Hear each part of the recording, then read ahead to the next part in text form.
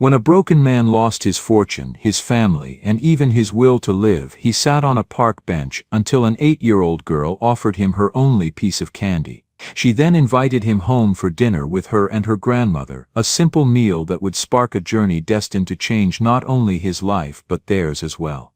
The ending will leave you speechless. Before we dive in, tell us where you're watching from. We'd love to hear your thoughts. The November wind cut through Central Park with a sharpness that made William Harris pull his wrinkled suit jacket tighter around his shoulders. Evening shadows stretched long across the frozen ground as he sat hunched on the familiar bench, his breath forming small clouds in the bitter air. His stomach cramped with hunger. He hadn't eaten in 2 days, but somehow food seemed pointless when everything else had fallen apart. 3 days ago he'd been the man people pointed to with admiration, successful, respected, a husband and father. Today he was nothing. His wife had admitted that the child he'd raised for 8 years wasn't his. His best friend Marcus, the man he'd trusted most, was the real father. The revelation had shattered something inside him that could never be repaired. Bank accounts frozen pending divorce proceedings. The company board had stripped him of his title. His credit cards were maxed from legal fees, and the few friends he thought he could count on had stopped returning his calls. The shelter downtown had been full for 3 nights running. The $23 in his wallet might buy food for a few days if he was careful, but the gnawing emptiness in his stomach felt like a physical representation of the void in his chest. "Mister?" The small voice made him look up sharply. A girl stood several feet away, maybe 8 years old, wearing a faded winter coat held together with safety pins. Her sneakers had holes near the toes and her hair was braided in small careful plaits. Despite her obvious poverty, her face was clean and her expression kind. "What?" His voice came out harsher than intended, rough from hours of silence and emotional exhaustion. She didn't flinch at his tone, which surprised him. Most children would have run from a disheveled stranger sitting alone on a park bench after dark. Instead, she studied him with those serious eyes, her head tilted slightly as if trying to solve a puzzle. "Are you okay?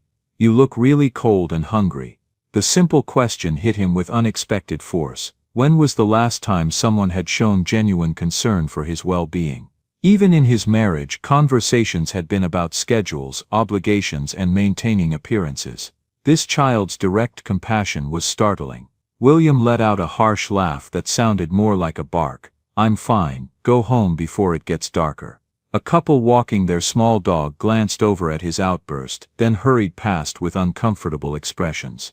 He felt heat crawl up his neck. Once again he was the object of judgment and whispered speculation. But the girl remained unmoved, continuing to study him with that peculiar mixture of concern and determination. "You don't look fine," she said matter-of-factly. "You look like my grandma did when Papa died, and she didn't eat for 3 days, sad and hungry and cold all at the same time."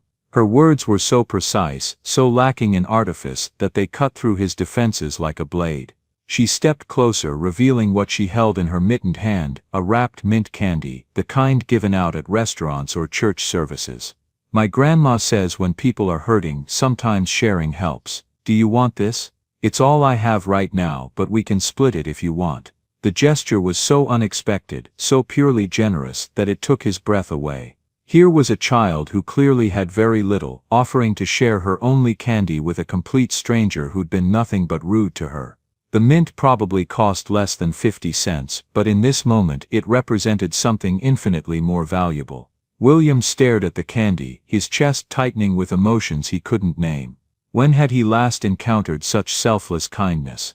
In his world of business deals and social climbing, generosity always came with strings attached, with expectations of reciprocal benefit. This girl expected nothing in return. She simply saw someone in pain and wanted to help. "I don't need your pity," he said, but the words came out weaker than he intended, lacking the force of genuine rejection. "It's not pity," she replied with the straightforward honesty that only children possess. "You just look like you need someone to care about you. My grandma makes soup every night, not much, but it's warm and it fills you up. You could come eat with us if you want." William felt his throat close. The invitation was so casual, so naturally offered, that it seemed impossible. Here was a child, a stranger, inviting him to share what was probably her family's only meal of the day. The generosity was staggering, especially coming from someone who obviously needed every scrap of food they could get. "Why would you do that?" he asked, his voice barely above a whisper. "You don't even know me, I could be dangerous." The girl considered this seriously, as if it were a reasonable concern that deserved thoughtful response. "You could be," she agreed, "but you're not. Dangerous people don't sit on benches crying when they think nobody's watching. And you talk like my teacher, like someone who's educated and careful with words. Grandma says you can tell a lot about people by how they talk and whether they look you in the eyes when they speak." Her perceptiveness was unsettling. William realized she was right. He had been crying earlier when he thought the park was empty, and despite his current circumstances, his vocabulary and pronunciation still reflected his education and former status. This child had observed him carefully and made reasoned judgments about his character. "Because you look hungry," she continued, as if it were the most obvious thing in the world, "and because Grandma always says we help when we can, even if we don't have much, sometimes especially then." The matter-of-fact compassion in her voice nearly broke him. When had he last encountered such genuine kindness? When had he last felt that someone cared about his well-being without wanting something in return? "What's your name?" he asked, his voice softer now, the hostility replaced by something approaching wonder. "Naomi Brooks." "What's yours?" "William Harris." He looked at the mint in her outstretched hand, then back at her earnest face, his pride warred with his desperate hunger and soul-deep loneliness. Pride was a luxury he could no longer afford. "And yes, Naomi, yes, I'd like that soup very much." Her face lit up with a smile so pure and delighted that it seemed to brighten the gathering darkness around them. "Good, Grandma will be happy. She always says food tastes better when it's shared." They walked together through narrow streets that William had never truly seen despite living in the city for over a decade. From his penthouse apartment and chauffeured cars, he'd observed New York from above and behind tinted glass. Now, at street level, he noticed details that had been invisible before: the way steam rose from manholes like urban geysers, the neon signs flickering over corner bodegas advertising phone cards and lottery tickets, the small communities that formed around laundromats and bus stops. Naomi chattered as they walked, her voice bright despite the cold. She told him about her school, where she was in 3rd grade and loved reading but struggled with math. She mentioned her teacher, Mrs. Rodriguez, who brought extra sandwiches for kids who forgot their lunch. She talked about her best friend Keisha, who lived 2 blocks over and had a cat named Muffin. Her casual conversation revealed glimpses of a life lived close to the edge. She mentioned that Grandma worked late some nights, doing sewing for the ladies upstairs, and that they sometimes ate dinner at the community center when they have the free meals. But there was no self-pity in her voice, no sense that she considered herself deprived. She spoke of their circumstances with the same matter-of-fact acceptance she'd shown when offering her candy. William found himself studying her as they walked. Despite her obvious poverty, the too large coat, the worn shoes, the carefully mended mittens, there was a dignity about her that reminded him of something he'd lost. She carried herself with confidence, greeted neighbors who passed them on the street, and seemed genuinely happy despite circumstances that would have left him feeling sorry for himself. The building they stopped at was a testament to urban decay: red brick darkened with decades of soot, paint peeling from window frames, a front door that hung slightly askew on worn hinges. The entrance hall smelled of old cooking, dampness, and the accumulated presence of too many people living in too small a space. But it was clean, he noticed. Someone had swept the stairs recently and wiped down the mailboxes. As they climbed to the 3rd floor, William felt a mix of shame and desperate gratitude that was almost overwhelming. When had he fallen so low that a child's charity was his only hope for a warm meal? 6 months ago, he'd hosted dinner parties that cost more than some families spent on food in a year. Now he was following an 8-year-old girl up the stairs of a tenement building, dependent on the kindness of strangers for basic survival. "Grandma," Naomi called as they reached a narrow apartment door that had been painted multiple times, each layer showing through where the current coat had chipped away. "I brought someone who needs soup." The door opened to reveal a woman of perhaps 65, though her weathered face suggested someone who'd lived a hard life that had aged her beyond her years. She was thin but sturdy, with steel-gray hair pulled back in a neat bun and intelligent dark eyes that immediately fixed on William with a mixture of surprise and protective wariness. Martha Brooks took in the scene quickly, her granddaughter standing beside a well-dressed but obviously desperate stranger, a man whose expensive clothes couldn't hide the telltale signs of someone who'd been sleeping rough. She noticed his hollow cheeks, the way he swayed slightly from hunger and exhaustion, the particular kind of defeat that comes from having nowhere to go. "Naomi, honey, what did I tell you about bringing strangers home?" But her voice was gentle, more concerned than angry. William could hear the love beneath the mild reproach. "He's hungry, Grandma. Really, really hungry, and he's been sleeping outside." Naomi's voice carried that matter-of-fact compassion that had first disarmed William. "I told him about your soup." Martha studied William more carefully, her experienced eyes cataloging details that told a story. She'd worked as a nurse's aide for 30 years before a back injury forced her retirement, and she'd learned to read people quickly and accurately. This man wasn't a typical vagrant. His posture, his vocabulary, the quality of his clothes all suggested someone who'd fallen from a much greater height. "You running from the law?" she asked directly, her voice neither hostile nor welcoming. "No, ma'am." William's voice was hoarse with disuse and emotion. "Just running from everything else, I suppose." "Family?" The simple question hit him like a physical blow. "Not anymore," he managed, the words coming out broken and raw. Martha's expression softened almost imperceptibly. She'd heard that particular tone before, the sound of someone whose world had been completely upended, who'd lost not just possessions but identity itself. "What happened to you?" Her tone remained cautious but had lost its sharp edge. The story poured out of him then, words tumbling over each other as if a dam had burst. He told her about the betrayal, about discovering that his son wasn't his biological child, about his best friend's deception spanning 8 years. He described the public humiliation, the frozen bank accounts, the way his entire social circle had evaporated the moment his status changed. Martha listened without judgment, occasionally nodding or making small sounds of sympathy that encouraged him to continue. When he finished, she asked the most practical question: "When did you last eat a real meal?" 2 days ago, maybe 3, I lost track." The admission felt like a confession of failure. Martha's expression underwent a subtle but significant transformation. The wariness didn't disappear entirely, but it was joined by something that looked like understanding, even compassion. "Well," she said after a long moment, "we can't let someone starve on our doorstep, can we? Come in, but wipe your feet. This may not be much, but it's clean." William felt tears threaten for the first time since his world had collapsed. "I don't want to impose, it isn't an imposition," Martha said, gentler now. "This is what people do for each other. Take the bed, warm beats concrete." The apartment was tiny, essentially one room that served as living room, dining room, and kitchen, with what appeared to be a small bedroom visible through a partially open door. But everything was immaculately clean and carefully organized. Mismatched furniture had been arranged to create distinct areas: a small table with 3 chairs near the kitchenette, a worn sofa facing an old television, shelves made from boards and cinder blocks holding books and carefully preserved photographs.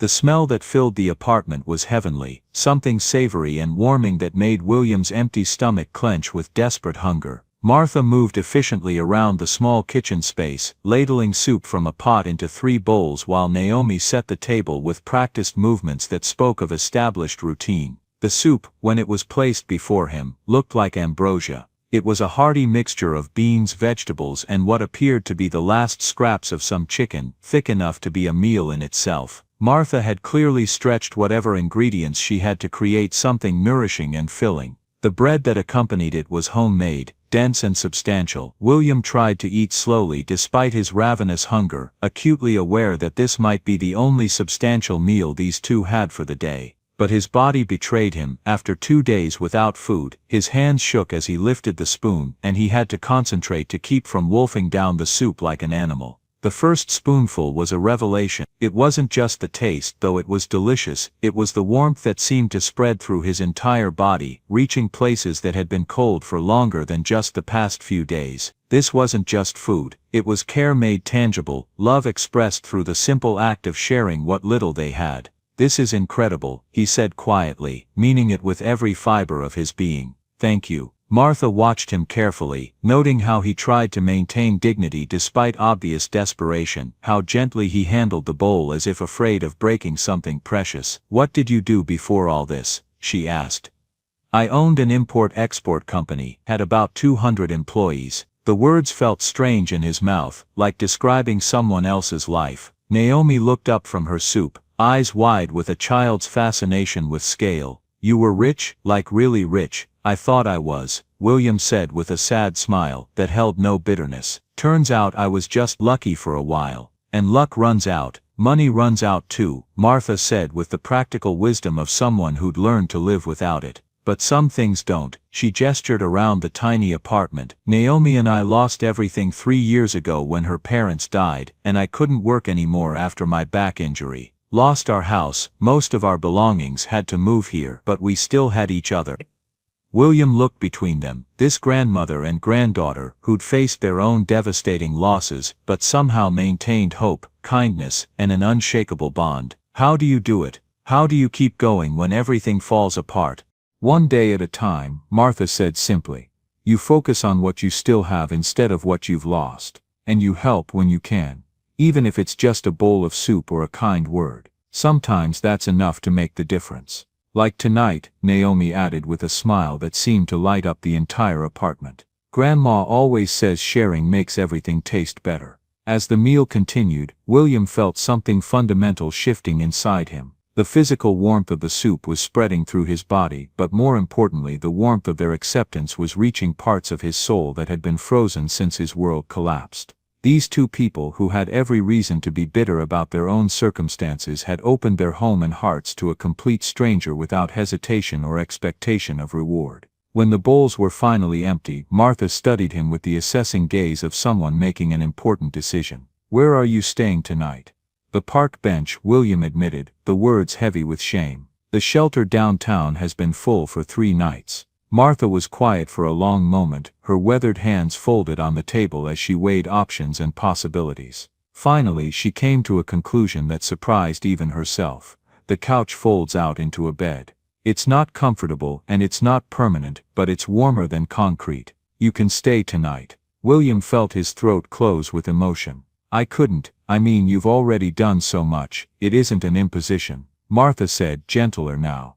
This is what people do for each other. Take the bed, warm beats concrete. William felt tears threatening, the first genuine tears he'd shed since his world had fallen apart. I don't know how to repay this kindness.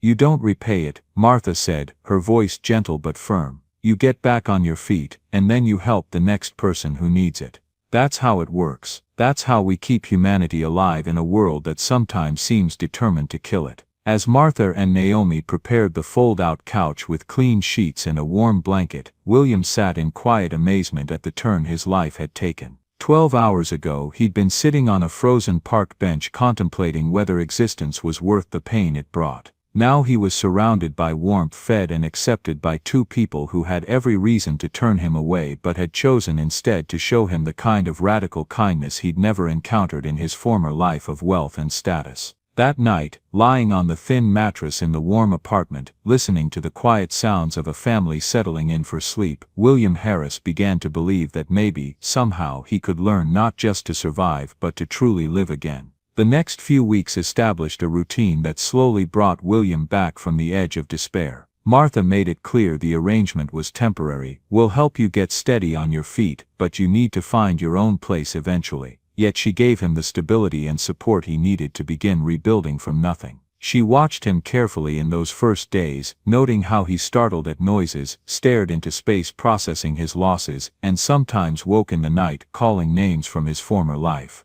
But she also saw his character. He insisted on washing dishes despite his state, helped Naomi with homework even when distracted, and tried to contribute what little money he had left despite their protests. You're not a bad man, she told him one evening while Naomi worked on a school project. Just a broken one, and broken can be fixed if you're willing to do the work. I don't know where to start, William admitted. Everything I thought I knew about myself, about life, it was built on lies or things that weren't really mine. Martha set down her sewing. Then start with what's real. You're alive, you're safe, and you have people who care what happens to you. Build from there. Her practical wisdom began to pierce the fog of depression. William started walking the neighborhood, not seeking anything but noticing what he had once overlooked. He helped elderly neighbors carry groceries, played cards with Naomi after school, and gradually began to feel human again, rather than a collection of regrets. After 3 weeks, Martha made an announcement that both terrified and motivated him.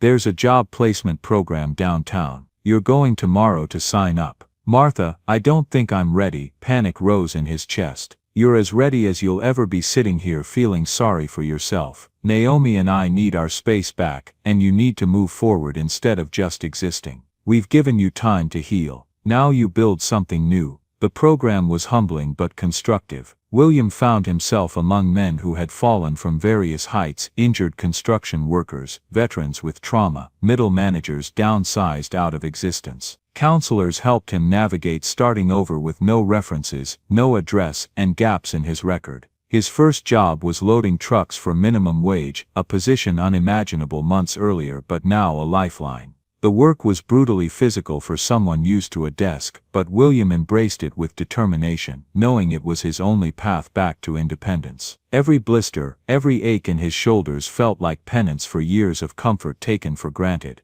More importantly, exhaustion brought peace. Once his mind had raced with strategies and deals, now the simple act of moving boxes left him too tired for endless self-recrimination. Martha allowed him to stay on the couch while he saved money. "Until you're stable," she said, "but you pay what you can toward food, and you help with Naomi's schoolwork and whatever else needs doing." Living so close revealed their daily struggles in ways that broke his heart. Martha's disability check barely covered rent, and her sewing work stretched to cover food, utilities, and Naomi's school expenses. He watched them make choices he'd never imagined, between heat and groceries, between mending and replacing. Yet the apartment was filled with laughter, with small celebrations over minor victories, with genuine affection that William realized he'd never known even in his mansion. Watching them navigate poverty with dignity taught him more about strength than any business lesson ever had. Naomi amazed him with her maturity. Despite hand-me-down clothes and simple sandwiches, she never complained. She threw herself into studies with fierce determination, often staying up late at the kitchen table by a single lamp while Martha sewed nearby. "I'm going to college someday," she told him with certainty. "I'll study to be a teacher and help other kids who don't have much money get good educations too." Her faith infected William's outlook. If this child could hope in hardship, what excuse did he have for despair? 3 months after that first night on their couch, William had saved enough to rent a small room in a boarding house 6 blocks away. It wasn't much, just a bed, a dresser, and a hot plate, but it was his own space, earned through honest labor. Martha and Naomi helped him move his few possessions, mostly donated clothes and a handful of books from his former life. Standing in the tiny room, William felt something he hadn't in months: genuine pride in an accomplishment of his own. "You did it," Naomi said, bouncing with excitement. "You have your own place now, just like a real grown-up." William knelt, emotion thick in his throat. "We did it," he corrected gently. "I couldn't have gotten here without you and your grandmother. You saved my life." As they walked back toward the Brooks building, Martha linked her arm through his, a gesture of acceptance that meant more than any contract he had ever signed. "This is just the beginning," she said quietly. "The real work starts now." William nodded, understanding. He had learned to survive. Now he needed to learn to live again. And that, he was beginning to see, had everything to do with the connections you built with people who truly mattered. The months that followed were marked by steady, incremental progress that felt more meaningful than any of the dramatic successes of his former life. William threw himself into his warehouse job with a dedication that surprised his supervisors and earned the respect of his co-workers. Within 6 months, he was promoted to shift supervisor, a modest raise, but also responsibility for training new employees. The work was demanding, yet William found unexpected satisfaction in the simple mechanics of efficient operations. He created systems for tracking inventory, improved loading procedures that reduced injuries, and guided new workers with patience. For the first time, he was solving problems not for profit margins or shareholders, but to make life easier for people working hard for modest wages. Evenings were divided between community college classes in business management and time with the Brooks family. Their relationship had evolved into something that felt remarkably like family. He ate dinner with them twice a week, helped Naomi with increasingly complex homework, and became Martha's unofficial handyman for household repairs. When Martha's arthritis flared during a harsh winter, William quietly took over her sewing work, learning to operate her old Singer machine with the patience she had once shown him. When Naomi needed school supplies, he found ways to provide them that preserved Martha's dignity, claiming discounts or bulk purchases so help never felt like charity. These small deceptions were acts of love, and all of them knew it. After 2 years of saving, William made a decision that would have seemed impossible on his first desperate night at their apartment. Using his savings and a small community loan, he opened Harris Delivery Services, a modest operation serving small businesses that couldn't afford the rates of major carriers. He worked out of a rented garage with one used van and second-hand equipment. The model was simple, reliable service, fair prices, long-term relationships. Growth was slow but steady, built on word of mouth. Martha kept the books, her sharp eye catching costly errors. Naomi, now 11, organized his filing system with precision that impressed even his few visitors. Success was no longer measured in millions, but in something more satisfying, building something sustainable that supported his community and the people he had come to love. One evening, after signing 3 new clients, William found Naomi waiting on the old park bench where they had first met. Taller now, her childish roundness fading, her smile still carried the same warmth that had saved him years earlier. "I brought you something," she said, offering a wrapped mint candy. William took it, his throat tightening as memories flooded back, the hunger, despair, the certainty that his life was over, and a child's single act of generosity that had begun his return to humanity. "What's this for?" he asked. "Because I wanted you to remember," she said seriously. "That night you were so sad and hungry, you almost didn't take it, you were too proud. But it was the only help you had." He unwrapped the mint, tasting the cool sweetness of a moment that had changed everything. "Why is it important to remember?" he asked softly. "Because sometimes people think being poor or broken means you have nothing to give," Naomi answered with wisdom far beyond her years. "But that's not true. We always have something, even if it's just a piece of candy, or a bowl of soup, or a place to sleep. Sometimes the smallest thing changes someone's whole life." William sat beside her, looking across the park where joggers and families moved through the long evening light. The bench where he once contemplated giving up was now a place of peace. "You saved my life," he said. "You and your grandmother, you took in a stranger with nothing but problems, and you showed me what real wealth is." Naomi leaned against his shoulder. "You saved ours too. Grandma doesn't worry about money every night anymore. And I'm not scared if she gets sick. You made us safe." It was true. William's modest success had ensured the Brooks family's security, not through charity, which Martha's pride would never accept, but through partnership, employment, and the natural bonds of chosen family. As they sat together watching the Manhattan skyline glow in the fading sun, William reflected on the strange alchemy of loss and recovery that had carried him here. Once he measured success by bank accounts, possessions, and social standing.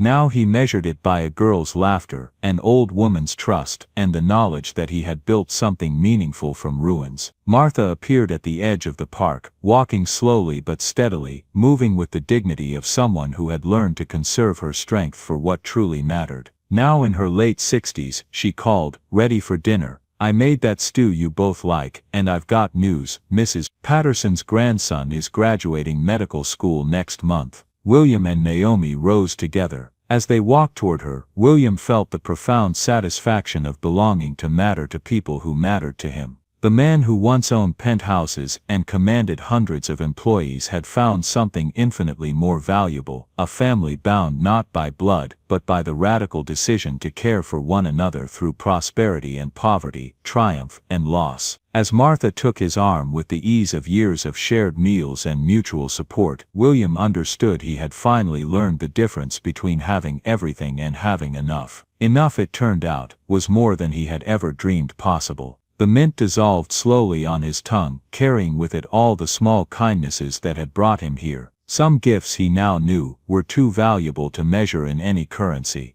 They were measured only in the lives they touched, the hope they restored, the love they created in unlikely places. Walking between Martha and Naomi as the last light faded from the spring sky, William thought about the business articles he used to read on turnaround strategies. None of them had mentioned the most important element: sometimes salvation comes not from within, but from the unexpected generosity of strangers who become family. 3 years later, standing in the small but growing warehouse of Harris Delivery Services, William watched Martha training a new employee while Naomi, now 14, organized shipments with practiced efficiency. Sometimes he thought of writing his own business article. Its title would be The Mint Strategy: How a 50-cent Candy Changed My Life and Taught Me the True Meaning of Success. But he never wrote it. Some stories he had learned are too precious for corporate wisdom or motivational speeches. Some truths must be lived, passed on through acts of kindness, like a piece of candy, a bowl of soup, or a warm couch on a cold night.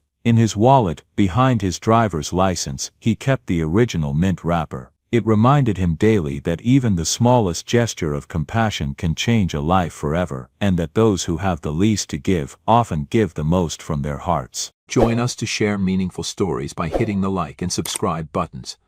Don't forget to turn on the notification bell to start your day with profound lessons and heartfelt empathy.